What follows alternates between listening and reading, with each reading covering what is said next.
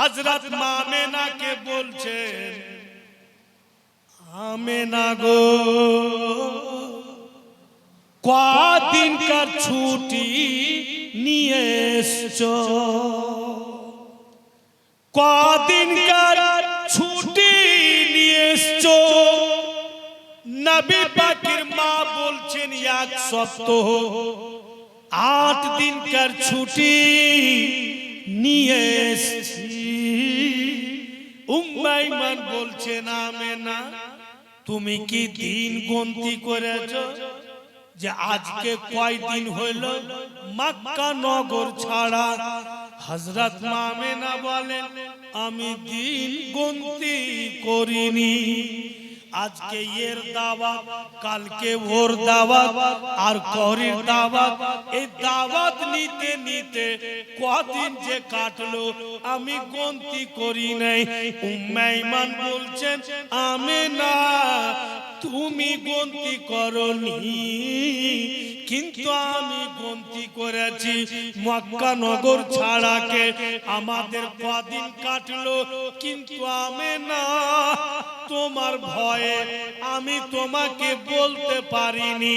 হযরত মা আমেনা বলতেছেন, আইমান তুমি যখন দিন গণতি করেছো একটু বলো মক্কা নগর ছাড়া কদিন কাটলো?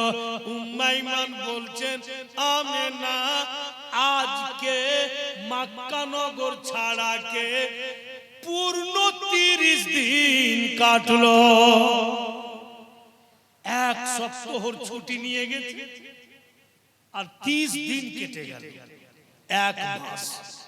হযরত মা আমেনা বলছেন, আইমান আর লেট করতে হবে না, কাপড় দড়ি বেঁধে নাও, চলো মক্কা নগর চলে যাই। ওয়াহিদ বিন জাহরি বলছে, বেটি আমেনা আর কিছুদিন থাকবে না মা? 1 মাস থাকলো তবু বাপ মায়ের দিল ভরে না। 1 মাস থাকছে তবু বাপ মা বেটির চেহারাকে দেখছে, বাবা মায়ের চোখে পানি আসছে। হযরত মা আমেনা বলছেন, বাবুজি আপনি তো জন্মদাতা বাপ, আর যেটা কাছে আমাকে দিয়েছেন ওখানে যে আমার একটা বাপ আছে, আপনার কাছে বেশি দিন থাকবো আমার ওইটা বাপ যে হারিয়ে যাবে, ওটা বাপ যে রাত দিন কাঁদবে, আমাকে যেতে দেন বাবু, আমাকে রুকিয়েন না। হযরত মা আমেনা বাপ মায়ের কাছ থেকে আদেশ নিয়ে আপ কিন্তু মক্কা নগর আসছেন। বাপু গ্রাম পার হয়ে গেছে, আর যেমনই মাঠের রাস্তাতে গিয়েছে হযরত মা আমেনা বলছেন, উম্মে আইমানকে দাঁড়াও। ও উম্মে আইমান, এই জায়গা থেকে মক্কা নগর যাওয়া 2টা রাস্তা, একটি সোজা একটি বেঁকা হবে। কোন রাস্তা দিয়ে যাবে আইমান? উম্মে আইমান বলছেন, আমেনা যেটা রাস্তা তোমাকে সুবিধা মনে হয় সেই রাস্তা দিয়ে চলো। হযরত মা আমেনা বলছেন, আইমান একটি কাজ করো, যেই রাস্তা দিয়ে এসেছি ওটা রাস্তা দিয়ে যাব না, চলো চলো মাঠের ভিতর দিয়া, ময়দানের ভিতর দিয়া একটা রাস্তা আছে, খুবই শর্টে হবে, চলো এই রাস্তা দিয়া যায়।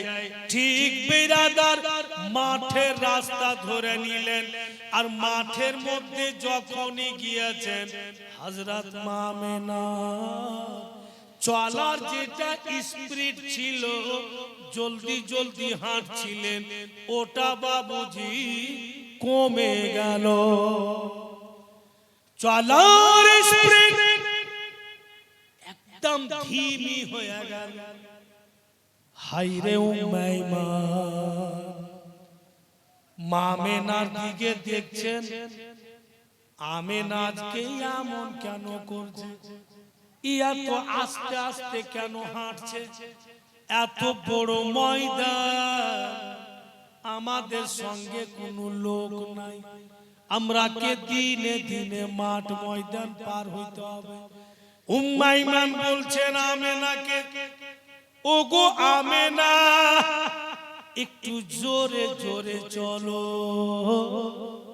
একটু হাঁটার স্পিড বাড়াও, কারণ যে দিনে দিনে মাঠ পার হয়ে যাবে।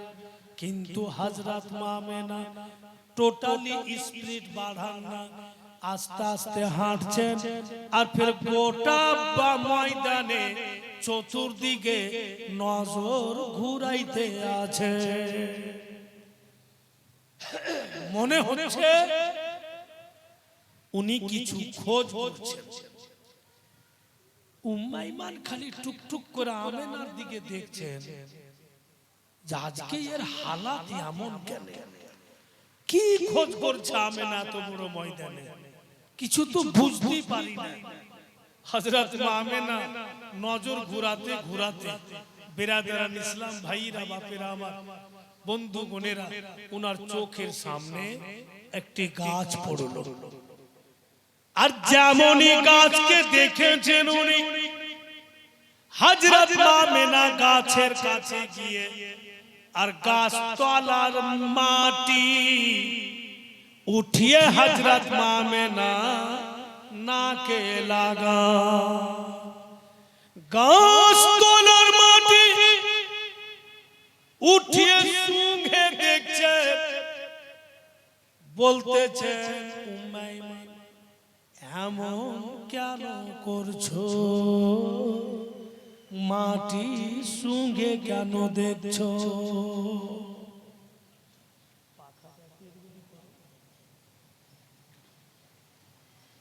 বন্ধুগণেরা, তখন হযরত মা আমেনা বলেন, এই উম্মে ঈমান আমার ছেলেকে আমার কোলে বসাও। দয়ার নবী মায়ের কোলে বসলেন, মায়ের চেহারাকে দেখছেন তো হযরত মা আমেনা দোনো চোখে পানি। নবী মুস্তাফা রহমতের উঙ্গলি উঠিয়ে মায়ের চোখের পানি মুছে, মা জননী এই মাঠের মধ্যে কেন কাঁদেন মা? হযরত মা আমেনা হাত উঠিয়ে বলছেন, বেটারে যেদিকে আমি উঙ্গলি উঠাচ্ছি বেটা, আমার উঙ্গলির দিকে সামনে দেখো তো বাপু, কিছু দেখতে পাচ্ছ? তো নবী মুস্তাফা দেখছেন মায়ের উঙ্গলির দিকে, তো কিছুটা দূরে বাপু মাটি উঁচু হয়ে আছে। হ্যাঁ মা, দেখতে পাচ্ছি যে মাটি উঁচু হয়ে আছে। হযরত মা আমেনা বলছেন, এই জন্য এই পথ দিয়ে আসলাম। এই লাডলা দুলারা, যে জায়গাতে মাটি উঁচু আছে বেটা, ওটাই হচ্ছে তোমার আব্বার কবর। বুঝলাম এই পথ দিয়ে আসলাম, বলা যায় না তোমার আব্বার কবর তোমাকে কেউ দেখাবে কিনা। বাপু তুমি দেখে নাও। আর এই গাছতলার মাটি এই জন্য শুয়েছিলাম, এই গাছতলাতে তোমার আব্বা বিজনেস করে ফিরার পথে বসেছিলেন। এখন পর্যন্ত তোমার আব্বার শরীরের খুশবু পাওয়া যায়। ভুলে যাইও না বেটা, মাঝে মাঝে তোমার আব্বার কবর জিয়ারত করবে। এবার হযরত মা আমেনা নবী পাকের কপালে চুমা দিচ্ছেন। হায়রে মা, বেটার হাতে চুমা দিচ্ছে আর বলছে, বাবু দু একটি কথা বলছি বেটা, খুব ধ্যান দিয়া শুনো। মক্কা নগরে যদি তোমার উপরে কেউ পাথর চালিয়ে দেয়, বাপু তুমি ঘুরিয়া পাথর মারিও না। যদি তোমাকে কেউ গালি দিয়া দেয়, তুমি ঘুরিয়া গালি দিও না, কারণ তোমার আব্বা দুনিয়াতে নাই। আর আমি বুঝতে পারছি বেটা, আমারও সময় শেষ।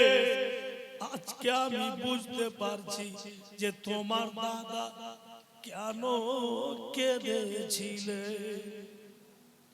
হে লাডলা দুলারা, তুমি তো জানছো বাবু, তোমার দাদা আমি যদি খানা তৈরি না করে দিই তো পেট ভরে, আমি যদি বিছানা না করে দিই তোমার দাদাকে ঘুম আসে না। আমি বাপু আর জীবিত ফিরে যেতে পারবো না। আমার একটি পেগাম তোমার দাদাকে দিয়ে দিও। আমার এই খবর বেটা ওই বৃদ্ধ আব্দুল মুত্তালিবকে দিয়ে দিও, যেন তোমার মাকে তোমার দাদা দিল থেকে ক্ষমা করে দেয়। কারণ কখনো আমাকে বৌমা বলেনি, চিরদিন মা বেটি বলেছে। হাইরে উম্মাইমান বিশাল চিন্তায় পড়ে গেলেন। চট করে নবী পাককে টেনে আঁচলে ঢাইপা নিলেন। উম্মাইমান হযরত মা আমেনা হযরত আব্দুল্লাহর মতো একবার উপরে দেখলেন, তারপরে নিচে নজর করলেন।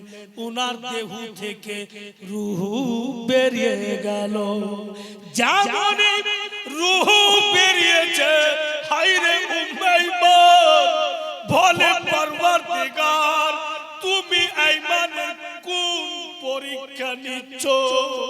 কোন আমার কাছে লোক নাই যে আমি মেয়ে মানুষ আমি কেমন করি আমি আব্দুল মুত্তালিবকে সামলাবো না ছেলেকে সামলাবো না? আইমান বলে যে আমি আমেনার দাফনের ব্যবস্থা কি করব? সুবহানাল্লাহ। আল্লাহ তাআলা দুই ফেরেশতাকে বলেন জলদি মানব রূপে নাজিল হয়ে যাও, আইমানের কাছে যাও, আর তোমরা কাফন দাফনের ব্যবস্থা করে এসো। আল্লাহর হুকুমে দুইজন ফেরেশতা মানব রূপে আসলো, এসে বলছেন ওরে আল্লাহর বান্দি চিন্তা করি আমেনার কাফন দাফনের ব্যবস্থা করে দিচ্ছি।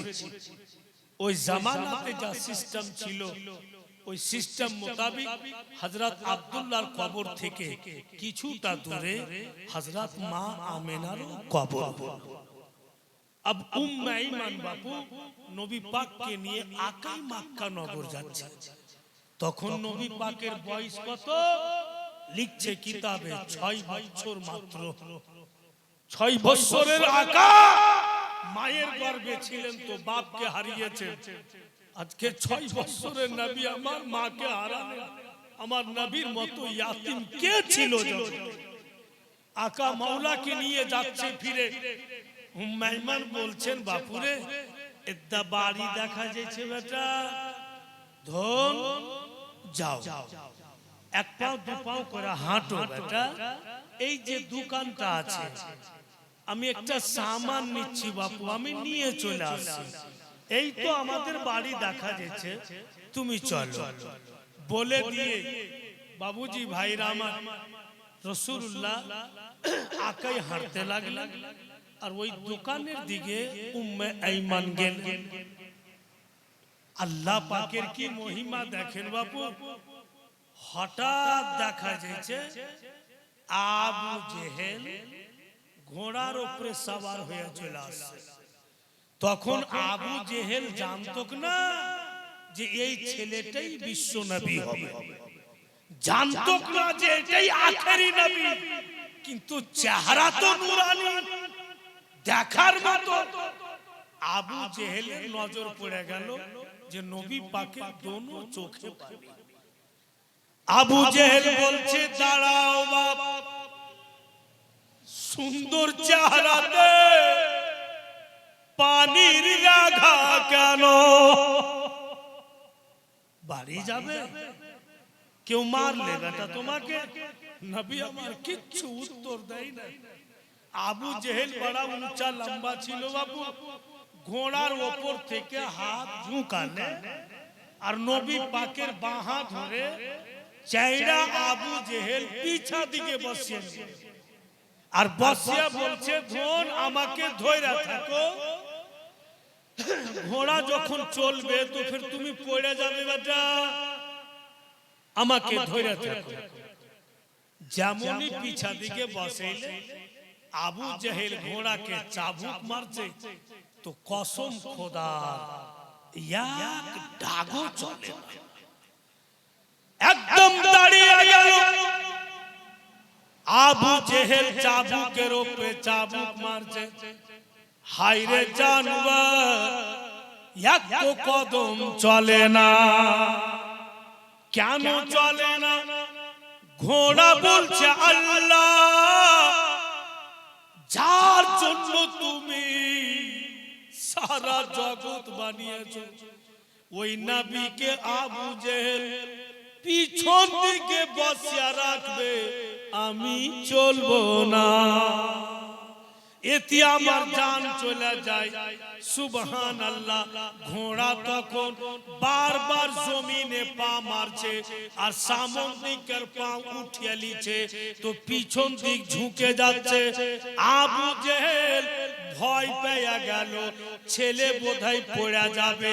তখন নবী পাককে টেনে সামনে বসিয়ে নিল, আর যেমনই সামনে বসিয়েছে, জানোয়ারকে চাবুকও মারতে হয় না, ইশারাও করতে হয় না, সুন্দরভাবে চলতে লাগলো।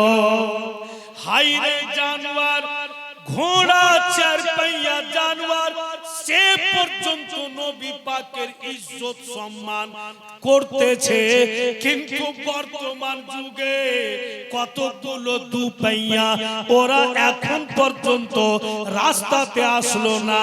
বন্ধুগণ আমার, আবু জেহেল দেখছেন যেন আব্দুল মুত্তালিব নজরে আসছে। দুখানা চেয়ার আছে, একটি চেয়ারে আব্দুল মুত্তালিব বসে আছেন, আর দ্বিতীয় চেয়ারে দুইটা পা উঠিয়ে রেখেছে আব্দুল মুত্তালিব। একটা চেয়ারে বসে আছেন, সামনে চেয়ারে দুইটা পা, আর এইভাবে বন্ধু এইভাবে হাত দিয়ে ঝুঁকে আছে আব্দুল মুত্তালিব। কিতাব লেখক লিখছেন, আব্দুল মুত্তালিবের কাঁধা পর্যন্ত জুলফি ছিল, দেখার মতো চেহারা বৃদ্ধ আব্দুল মুত্তালিবের। আবু জেহেল বলছে, লাডলা দুলারা, ওই যে তোমার দাদা, যাও বাবু চলে যাও, আমার একটু কাজ আছে। আবু জেহেল চলে গেল।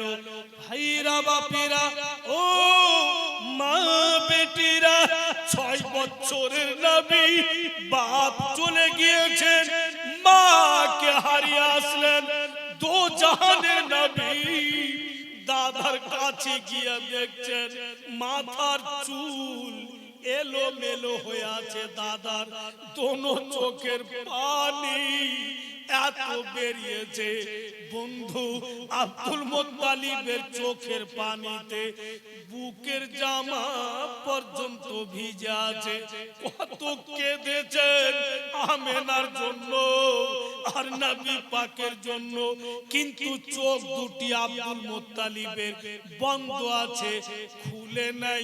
নবী আমার ভাবছে, এখন যদি দাদাকে বলে দিই, দাদা আমি মাকে নিয়ে আসতে পারলাম না, হয়তো আমার দাদা অজ্ঞান হয়ে যাবে। দাদার চেহারাকে নবী পাক দেখছেন, কিচ্ছু বলছেন না। বৃদ্ধ আব্দুল মুত্তালিব, ওই পাক জাতের কসম, যার কবজায় সুলতান নবীর জান, বৃদ্ধ আব্দুল মুত্তালিব চোখ খুলেন না, চোখ বন্ধ করে হাত দুটাকে মেলে বলছে, ভাই আমাকে চোখ খুলে দেখতে হবে না, তুমি যে এসছো তোমার শরীরের খুশবু আমার নাকে লাগছে, বুঝতে পারছি তুমি চলে এসছো, এসো আমার বুকে লাগো। 1 মাস কেন কাটলো বলো তো, আমার আমেনা কেমন আছে? যেমনই মায়ের নাম নিয়েছে দয়ার নবী দাদার বুকে মাথা রেখে নবী মুস্তাফা বলে, দাদা মায়ের গর্ভে ছিলাম, বাপকে হারিয়েছি, আজকে মা হারিয়ে আসলাম।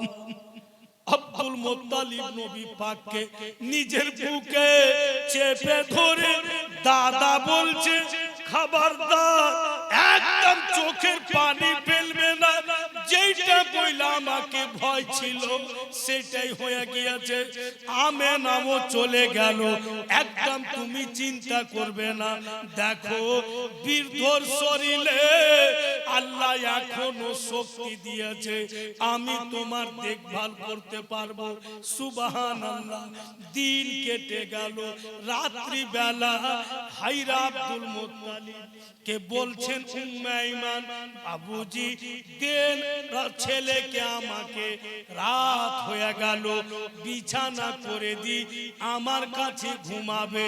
আব্দুল মুত্তালিব বলছেন যে না, আমার পোতা আমার কাছে ঘুমাবে, তোমাকে চিন্তা করতে হবে না, আমার কাছে থাকতে দাও।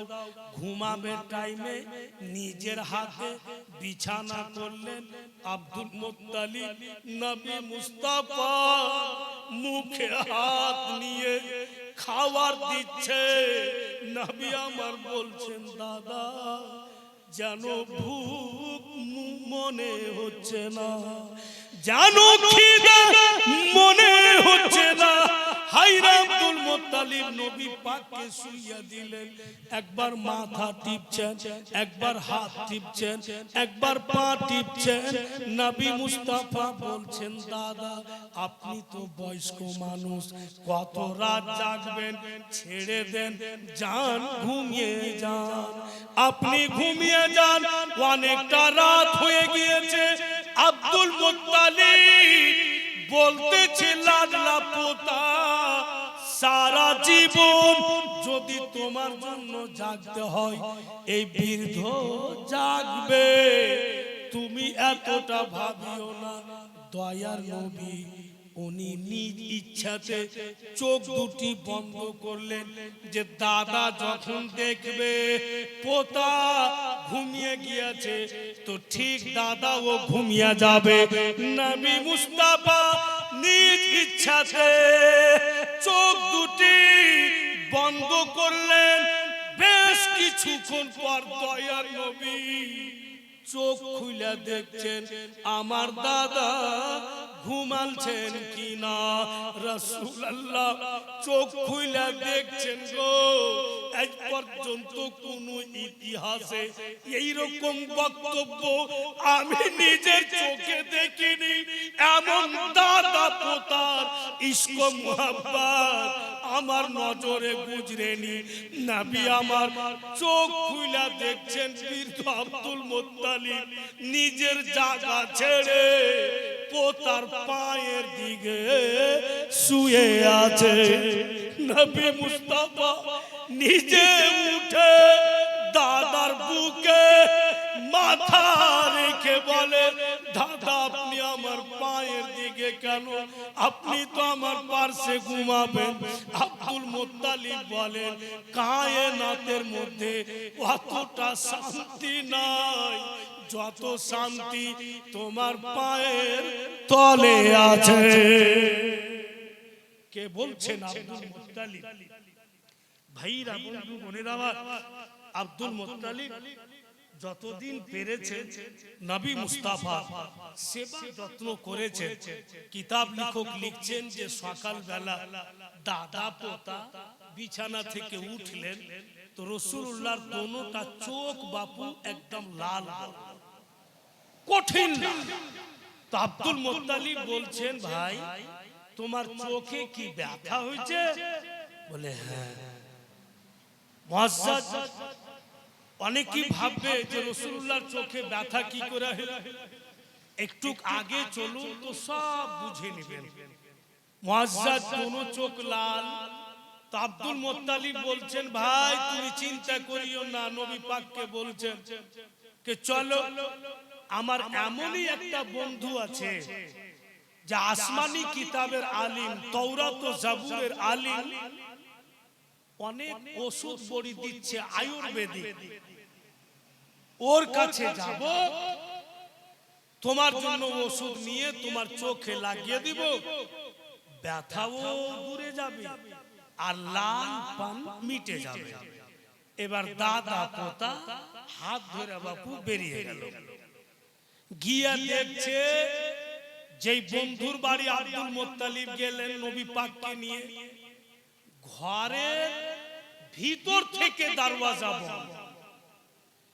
আপনি যে কোন লোকের বাড়ি যাবেন, যদি ঘরের ভিতর থেকে দরওয়াজা বন্ধ থাকে, আপনি এটাই ভাববেন যে ভিতরে লোক আছে, বন্ধ করে রেখেছে। তো আব্দুল মুত্তালিব মুস্কি মেরা হাসছেন আর নবী পাককে বলছেন, ভাই ভিতরে লোক আছে, ভিতর থেকে দরওয়াজা বন্ধ আছে, আমি আওয়াজ দিচ্ছি। আব্দুল মুত্তালিব আওয়াজ দিচ্ছেন, ও ভাই রাহিব, বাড়িতে আছেন কি? একটু বেরিয়ে আসেন। ভিতর থেকে কোনো আওয়াজ আসে না আর দরওয়াজাও খুলে না। ফের আব্দুল মুত্তালিব বলছেন, ও ভাই রাহিব, আমি আব্দুল মুত্তালিব, কাবার মাতওয়াল্লি, মক্কার সরদার এসেছি গো, তোমার বন্ধু দরওয়াজা খুলো। দরওয়াজাও খুলে না আর ভিতর থেকে কোনো আওয়াজও আসছে না। ভিতরে কি রাহিব নেই? নিশ্চয়ই আছে। বের কেন হয় না? কি এমন রহস্য আছে? শুনতে কি পাই না? যখন বাপু আব্দুল মুত্তালিব আওয়াজ দেয়, তখন ওই রাহিব আসমানি কিতাব জাবুর শরীফ পড়িছে, জাবুর শরীফকে তেলাওয়াত করছে আর এমন বয়ান করছে ওই রাহিব যে বিশ্ব নবীর নাম কি হবে ওই কিতাবে পড়ছে, নবী পাক দেখতে কেমন হবে ওই কিতাবে পড়ছে, নবী পাকের বলি কেমন হবে ওই কিতাবে পড়ছে, নবী পাকের চোখ কেমন হবে ওই কিতাবে পড়ছে। আর নবী মুস্তাফার বয়ান পড়তে পড়তে এতই দিওয়ানা হয়েছে রাহিব যে কেউ বাহির থেকে আওয়াজ দিচ্ছে, কানে আওয়াজই কথা বুঝা। আপনার যদি ধ্যান অন্যদিকে পূর্ণ ধ্যান থাকে আর কেউ যদি আপনাকে আওয়াজ দেয়, আপনি কিন্তু সহজে শুনতে পাবেন না, কারণ যে আপনার মস্তিষ্ক অন্যদিকে লেগে আছে, আপনার কাছে আওয়াজ যাচ্ছে না। যখন রাহিব শুনতে পাইলে না আর দরওয়াজা খুললে না, সুবহানাল্লাহ, সাদকে যাও মুসলমান নবীর প্রতি, নিজের কিসমতের প্রতি নাজ করেন। রাহিবের ছাত আল্লাহকে বলছে, দয়ালু তোমার হাবিব দরওয়াজাতে দাঁড়িয়ে থাকবে আর রাহিব বের হবে না। আল্লাহ তুমি হুকুম করো রাহিবের উপরে পড়ে যা। রাহিবের ছাত বলছে আল্লাহকে, আল্লাহ তুমি হুকুম করো রাহিবের উপরে পড়ে যাই और किस्सा तमाम করে দিই, বাহিরে নবী পাক থাকতে বের হবে না। তো আল্লাহ বলছেন, ওরে ছাত, যদি পড়ে যাইস তো রাহিব তো মারা যাবে, আর রাহিব যদি মারা যায় এখানে আমার নবী একটি মুআজিজা প্রকাশ্য হবে, আর ওই মুআজিজা এই রাহিবের দ্বারাতেই প্রকাশ্য হবে। একে যদি মেরে দেওয়া হয় তো মুআজিজায়ে রাসূল কি করে প্রকাশ্য হবে? বলে ছাত তোমাকে পড়তে হবে না, তুমি এক কাজ করো, ঝুঁকতে ঝুঁকতে রাহিবের মাথাতে কট করে লেগে যাও আর ফের উপরে উঠো, ফের নিচে নামো, এমনি 2-4 বার করো, উনি জি ভাই যাবে ঘর থেকে, যে আমার জান চলে যাবে। এবার রাহিব বাপু কিতাব পড়ছে আর ছাদ কিন্তু নেমে আসছে, এইসা ওর মাথায় ঠেকেছে। তো মাথায় কি ঠেকলো, তো হাত উঠেছে, তো হাত উঠেছে তো লেগে যাচ্ছে হাত, দেখছে তো ছাদ, আর যেমনই দেখেছে ফের ছাদ বাপু উপরে উঠছে, ওর জিন্দেগি ভালো থাকবে, কোনো ভিলোকে থাকবে। আমার এখনো মনে আছে 2012 সালে ঘন ঘন ভূমিকম্প হতো, বেশিক্ষণ না, হালকা হালকা করে কিন্তু হতো খুব। তখন আমি সারদহ মিস্ত্রি পাড়াতে জীবনী বলছিলাম। তো সকাল 11টার দিকে আমরা বাজার গেছি, একটা বেঞ্চে আমি একাই বসে আছি আর একটা বেঞ্চে 3টা মৌলভী সাহেব। তো বেরাদার ওখানে আমরা বসে আছি, তো ওই মৌলভী সাহেব 3টা বলছে যে রাত্রে লাগছে, খুবই বই গেছেন 2-4 ঘন্টা। আমি কেন গো, বলে বেঞ্চ সহজে হিলছে, ওয়ার্কে দিকে দেখছি তো ওরাও হিলছে, তোমরাও যে হিলছো, সবটা লোক দেখছি। তো নাপিতের দোকানে দাড়ি কাটার গেলে লাইন দিয়ে বসে আছলো, নাপিতের ঘর হিলেছে, ভাগছার বলছে মাগে মরু, ভাগ রে, দুনিয়া হিলছে মাগে মরু, আরে পাগলা দুয়া দুয়া কিছু কহা কইছে মাগে মরু, তো কহে তুই বাইক যাবি, ভাগ কোনটা ভাগ। এমন মুসলমান যে মুখ থেকে একটি দুয়ার শব্দ বের হয় না, বলছে মাগে মরু, উপায় তো একটু সামান্য হিলল তো তাহাস নাহাস শুরু হয়ে গেল। আর রাহিবের ছাতে বাপু ছাদ ঝুঁকছে, ওর মাথায় লাগছে আর ফের উপরে উঠছে। তো রাহিবের হালাতটা কি হবে, ও জানের ভয়ে চট করে দরওয়াজা খুলে আর বেরিয়ে চলে আসছে। আর যেমনই বেরিয়েছে নবী পাকের উপরে নজর পড়েছে, হায় রে রাহিব শাহাদাত উঙ্গলি উঠিয়ে নবী পাকের নূরানি চেহারাতে ঘুরাই। আব্দুল মুত্তালিব বলেন, ও রাহিব 3 মারতাবা ডাক দিলাম তবুও বের হচ্ছিলে না, কোন রকম বের হলে তো কিচ্ছু বলছো না, জিজ্ঞাসাও করছো না, আমার পোতার চেহারাতে উঙ্গলি কেন ঘুরাও? রাহিব বলে, ওরে আব্দুল মুত্তালিব ছেলেটাকে, বলে আমার পোতা। বলে কি কারণে এসছো, বলো তো ছেলেটার নাম কি? বলে মুহাম্মদ। বলে এবার বলো কি কাজে এসছো? বলে আমার পোতার চোখ দুটি লাল, একদম ব্যথা করে, এর কোনো ওষুধ আছে কিনা? রাহিব বলে, ওরে আব্দুল মুত্তালিব বিশ্বের মধ্যে কোনো হাকিম জন্ম নিতে পারেনি যা আপনার পোতার চোখে হিকমতগিরি খাটিয়া দেয়। বিশ্বের মধ্যে কোনো সার্জন জন্ম নিতে পারে নাই যা আপনার পোতার চোখে সার্জনগিরি খাটিয়া দেয়। আমার দাওয়াই চলবে না, করে ওষুধ চলবে না। আব্দুল মুত্তালিব বলতেছে, তবে আমার পোতার চোখের লাল পান মিটবে নাকি, ব্যথা ভালো হবে নাকি? বলে নিশ্চয়ই হবে। বলে তুমি তো বললে হাকিমের হিকমত চলবে না, সার্জনের সার্জনগিরি চলবে না, তো কি করে ভালো হবে? হায়রে রাহিব বলে, ওরে আব্দুল মুত্তালিব তুমি বুঝতে পারোনি, আল্লাহ তাআলা তোমার পোতাকে হাকিমেরও হাকিম বানিয়ে পাঠিয়েছে, তোমার পোতাকে সার্জনেরও সার্জন বানিয়ে পাঠিয়েছে। কিচ্ছু লাগবে না, তোমারই পোতার মুখ থেকে একটু থুক উঠিয়ে নাও আর তোমারই পোতার চোখে লাগিয়ে দাও, সঙ্গে সঙ্গে ভালো হবে। কোনো ওষুধ বড়ি লাগবে না, নবী পাকেরই মুখ থেকে একটু থুক উঠিয়ে নাও, উনারই চোখে লাগিয়ে দাও, লালপান মিটে যাবে, ব্যথাও দূরে যাবে। কি বুঝা গেল? যে আমার আপনার নবীর থুক মুবারক বিমারির দাওয়া। উনার যদি থুকের এত মার্তবা হয় তো সর্ব শরীরের কত মার্তবা।